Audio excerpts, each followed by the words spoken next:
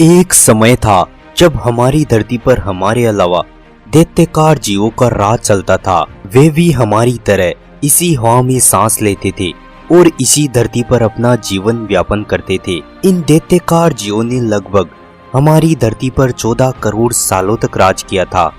इन दैत्यकार जीवों की 1000 से अधिक प्रजातियां थी, जिनमें कुछ शांत स्वभाव के और कुछ बहुत हिंसक प्रकृति के थे। वैसे तो डायनासोर को आकार में बड़ा और विशाल माना जाता है, परंतु फिर भी कुछ डायनासोर का आकार मानव के बराबर था तो कुछ का आकार मानव से छोटा भी था। कुछ डायनासोर मांसाहारी थे तो कुछ डायनासोर शाकाहारी भी थे। सीधे तौर पर कहें तो उस समय के सबसे शक्तिशाली जीव थे। लेकिन ऐसी कौन सी घटना हुई जिसने इनका नामो निशान ही मिटा दिया? इसे जानने के लिए हमें करोड़ों साल पीछे जाना होगा। आज से करीब 6.5 करोड़ साल पहले धरती का मौसम सामान्य था। सूरज की रोशनी चारों दिशाओं में फैली हुई थी। पेड़ों से टकराती हुई ठंडी हवा सुकून देने वाली थी और चारों ओर डायनासोरों के चीखने और चिल्लाने की आवाजें थी। ये डायनासोर सामान्य जीवन जी रहे थे, परंतु इनकी किस्मत तो 10 करोड़ साल पहले ही लिखी जा चुकी थी। 10 करोड़ साल एक छोटा एस्टेरॉयड का टुकड़ा जो सुदूर अंतरिक्ष से आ रहा था, वह पृथ्वी से लगभग 20 करोड़ मील दूर मंगल और बृहस्पति के बीच बने क्षुद्र ग्रह के एक बड़े एस्टेरॉयड से जा टकराता है। इस भयानक टक्कर से एस्टेरॉयड की दिशा ही घूम जाती है और वह तेज गति से पृथ्वी की ओर आने लगता है। जब यह एस्टेरॉयड पृथ्वी से 3,84,000 मील की दूर पर स्थित था, तब शायद पृथ्वी से डायनासोरों का खात्मा न होता यदि यह एस्टेरॉयड पृथ्वी के उपग्रह चांद से जा टकराता। लेकिन जो भाग्य में लिखा है वो तो होना ही है।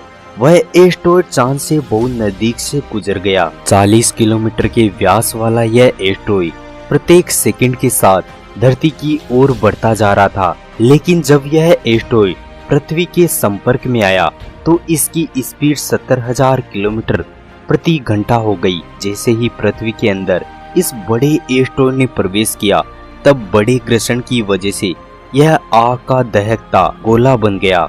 ये इतनी रफ्तार से आ रहा था कि सिर्फ 4 मिनट में इसने अटलांटिक ओशियन को पार कर लिया। इसकी चमक इतनी अधिक थी कि धरती से टकराने से पहले ही हजारों मील दूर आग के इस गोले को देखकर बहुत से जीव अंधे हो चुके थे। ये जीव उस एस्टेरॉयड को तो नहीं देख पा रहे थे, परंतु उसकी गर्मी को भली भांति महसूस कर पा रहे थे। फिर कुछ ही सेकंड में यह दहकता आग का गोला मेक्सिको की एक पहाड़ी में जा गिरा और इससे लगभग 35,000 डिग्री सेल्सियस की ऊर्जा वाला एक विस्फोट हुआ। इसका विस्फोट लगभग 10 हाइड्रोजन बम के बराबर था। इस भयंकर टकराव से धरती के लाखों टन धातु अंतरिक्ष में चले गए।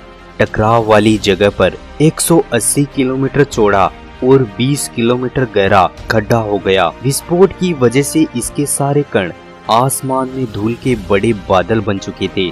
इस टकराव की वजह से धरती पर भयंकर भूकंप आने लगे और समुद्रों से विशाल लहरें उठने लगी और भूकंप की वजह से ज्वालामुखी सक्रिय हो गई, जिसकी वजह से धरती पर स्थित डायनासोरों का अंत होता गया। अब धरती पर इतना भयंकर रेडिएशन फैल चुका था कि इस गड्ढे के 800 किलोमीटर के दायरे में आने वाली एक भी जगह सुरक्षित नहीं बची। अब इस महान विनाश से डायनासोर में उड़ने वाले डायनासोर तो बच निकले, लेकिन ये तो सिर्फ शुरुआत थी। विस्फोट की वजह से जो लाखों टन न्यूट्रॉन व पत्थर अंतरिक्ष में चला गया था, वह ग्रेविटेशनल पुल के कारण ठीक थोड़ी देर बाद आग के गोले की तरह धरती की ओर गिरना शुरू हो गया और साथ ही धूल का एक बड़ा तूफान धरती की ओर बढ़ चुका था। 100 डिग्री सेल्सियस की ये गर्म हवाएं धरती पर मौजूद सारे पेड़ पौधे जला चुकी थी। विस्फोट के 90 मिनट बाद ही धरती का तापमान लगभग 200 डिग्री सेल्सियस तक हो चुका था। इस महान प्रलय से धरती की लगभग 90% प्रजाति तबाह हो चुकी थी। अब जो 10% बच चुकी थी, उनमें जिनका वजन 30 किलो से कम था, वही बच पाए। डायनासोरों का अंत एक नई प्रजाति के लिए वरदान साबित हुआ। अब एक नई पीढ़ी के जीवन की शुरुआत होने लगी थी, जहां एक प्रजाति का जन्म हुआ जिसका नाम था मैमल्स। मैमल्स यानी स्तनधारी जीव। इन्होंने खुद को इस महान विनाश से बचा लिया था। ये अत्यधिक तापमान से बचने के लिए धरती के अंदर रहने लगे थे और जिंदा रहने के लिए इन्होंने मिट्टी तक खाना शुरू कर दिया था। और इस महान प्रलय के जाने के बाद समय के साथ धरती फिर से सामान्य हो गई थी और फिर से नए पेड़ पौधों का विकास होने लगा था। और धरती पर जो 5% जीव बच चुके थे, उनमें अडोप्टेड रेडिएशन की प्रक्रिया से बहुत सी प्रजातियों का जन्म होने लगा। आइसोनिक इपोच में 55 करोड़ साल पहले बंदर जैसी प्रजातियों ने जन्म लिया। इनकी आंखें सर में आगे की तरफ थी। फिर धीरे धीरे इनके मस्तिष्क में स्थित मैग्नम इनके केंद्र में स्थित होने लगा, जिसकी वजह से एक नई प्रजाति का निर्माण हुआ जो अब सीधे खड़े होने में सक्षम थी। करीब आज से 4 करोड़ साल पहले धरती के वातावरण में लगातार बदलाव होने लगे। धरती के टेक्टोनिक प्लेट्स में हलचल हुई, जो धरती के 2 बड़े महाद्वीपों को एक दूसरे के पास ले गई। ये वही भूभाग है जहाँ से आज आप ये वीडियो देख रहे हैं। ये है हमारा भारत, जो एशिया महाद्वीप की ओर तेजी से बढ़ रहा था। और इन दोनों महाद्वीपों की आपस में टक्कर से हिमालय जैसी बड़ी पर्वतमालाएं खड़ी होने लगी। यह वही पर्वतमाला है जिसे हम आज दुनिया की सबसे ऊंची चोटी के नाम से जानते हैं। यह पर्वतमाला इतनी ऊंची थी कि इनमें मौसम में परिवर्तन होने लगा, जिससे धरती का तापमान कम होने लगा। और इस पर्वतमाला में स्थित बर्फ के गिरने से आगे विभिन्न नदियों का निर्माण होने लगा। ये वही नदियां हैं जिनमें आज हमारी आधी से ज्यादा आबादी को पीने का पानी मिलता है। ओलिगोन इपोच में लगभग 3 करोड़ साल पहले ग्लोबल कूलिंग हुई। घास के मैदान बढ़ने लगे और जंगल कटने लगे। तब ऐसे जानवरों का निर्माण हुआ जो खुले में रहने में सफल थे, और उन्हीं में से दूसरे जानवरों को खाने वाले जानवर भी विकसित होने लगे। करीब 1 करोड़ साल पहले पृथ्वी वह रूप लेने लगी थी जिसे आज हम देख रहे हैं। धरती का वातावरण लगभग आज के समान बन गया था और सारे महासागर और महाद्वीप जाने पहचाने जैसे थे। लेकिन परिस्थितियां फिर से बदली और करीब 40 लाख साल पहले धरती के टेक्टोनिक प्लेट्स में फिर से हलचल हुई और अफ्रीका के पूर्वी इलाकों में एक बार फिर से नई पर्वत श्रृंखला बनी। और इस पर्वत श्रृंखला के कारण यहाँ के हरे भरे जंगल खत्म हो चुके थे और यहाँ बारिश आना बंद हो गई। और यहीं से शुरू हुआ हम मनुष्य का जन्म। यहीं इस जंगल में रहते थे द ग्रेट हिप्स। यह हमारी काफी दूर के रिश्तेदार। इन्हीं से शुरू हुआ हम मनुष्य का जन्म। हमारे ये पूर्वज पेरुला पेटिकस या पेरुला कहलाते थे। पेरुला पेड़ों पर रहते थे और फल खाते थे और हाथों से झूलते हुए चलते थे। कभी कभी ये चलकर भी जाया करते थे। हमारी सोच के विपरीत सीधे चलने की क्षमता जमीन पर नहीं बल्कि टहनियों पर विकसित हुई। इस तरह दोनों पैरों पर चलना इंसानों की नहीं बल्कि हिप्स की खोज थी और परिस्थितियों के अनुकूल ये हिप्स बदलते रहे।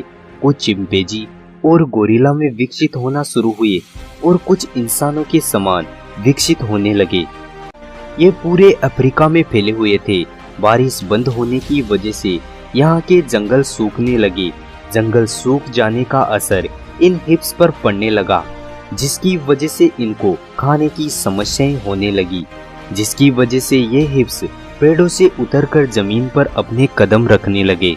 ये हैं हमारे पूर्वज जिन्होंने जमीन पर मानव सभ्यता का पहला कदम रखा।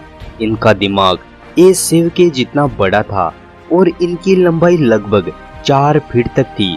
ये हमारे वंश के सबसे पहले सीधे चलने वाले प्राणी थे। कई सालों के विकास के बाद ये दोनों पैरों पर चलने लगे।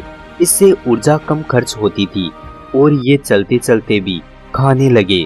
दोनों पैरों पर चलने से अब ये सीधे खड़े होकर दूर दूर तक नजर रखते थे। समय के साथ इनका दिमाग विकसित होने लगा और आगे चलकर इनकी एक और प्रजाति हुई जिसका नाम था होमो हेबिकस। इन्होंने ही पत्थर को हथियार की तरह इस्तेमाल करना शुरू किया। जैसे ही इस मामूली से पत्थर पर धारदार किनारा बना, हमारे पूर्वजों को एक हथौड़ा मिल गया। अब ये इनसे बहुत सारे काम कर सकते थे। समय के साथ अब हमारे पूर्वज समूह में रहकर अन्य जानवरों का शिकार करने लगे। ये थे होमो इरेक्टस, जो अन्य जानवरों से काफी बुद्धिमान थे। इन्होंने सबसे पहले आग को इस्तेमाल करना सीखा। ये खोज इनके लिए सबसे बड़ी खोज थी। ये इन्हें गर्मी, रोशनी व जंगली जानवरों से सुरक्षा देती थी। अब धीरे धीरे इन्होंने आग पर मांस पकाना सीख लिया था। अब आग पर खाना पकाने की वजह से इनको पचाने के लिए कम ऊर्जा लगती थी, जिसकी वजह से ये ऊर्जा इनके दिमाग में विकसित होने लगी और इन्हें अब ज्यादा ताकत मिलने लगी।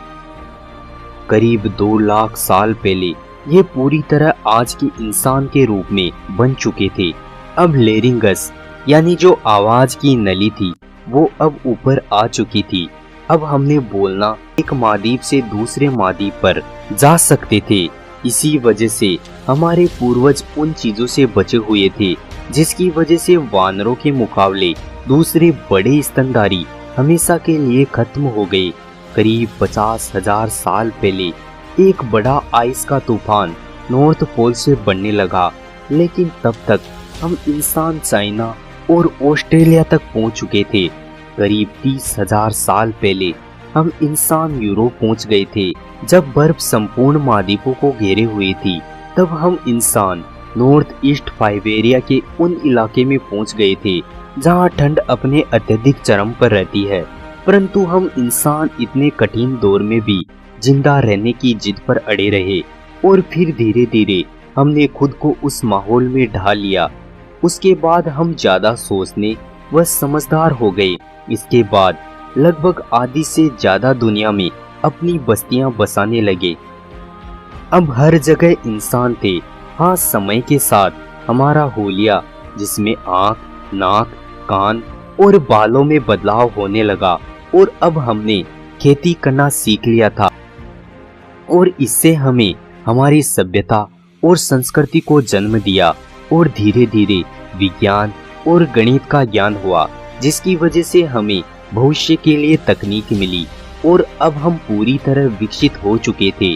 और आज हम जानते हैं कि हम कौन हैं, कैसे हैं, क्या कर रहे हैं और अभी हम खुद को और विकसित और आधुनिक बना रहे हैं।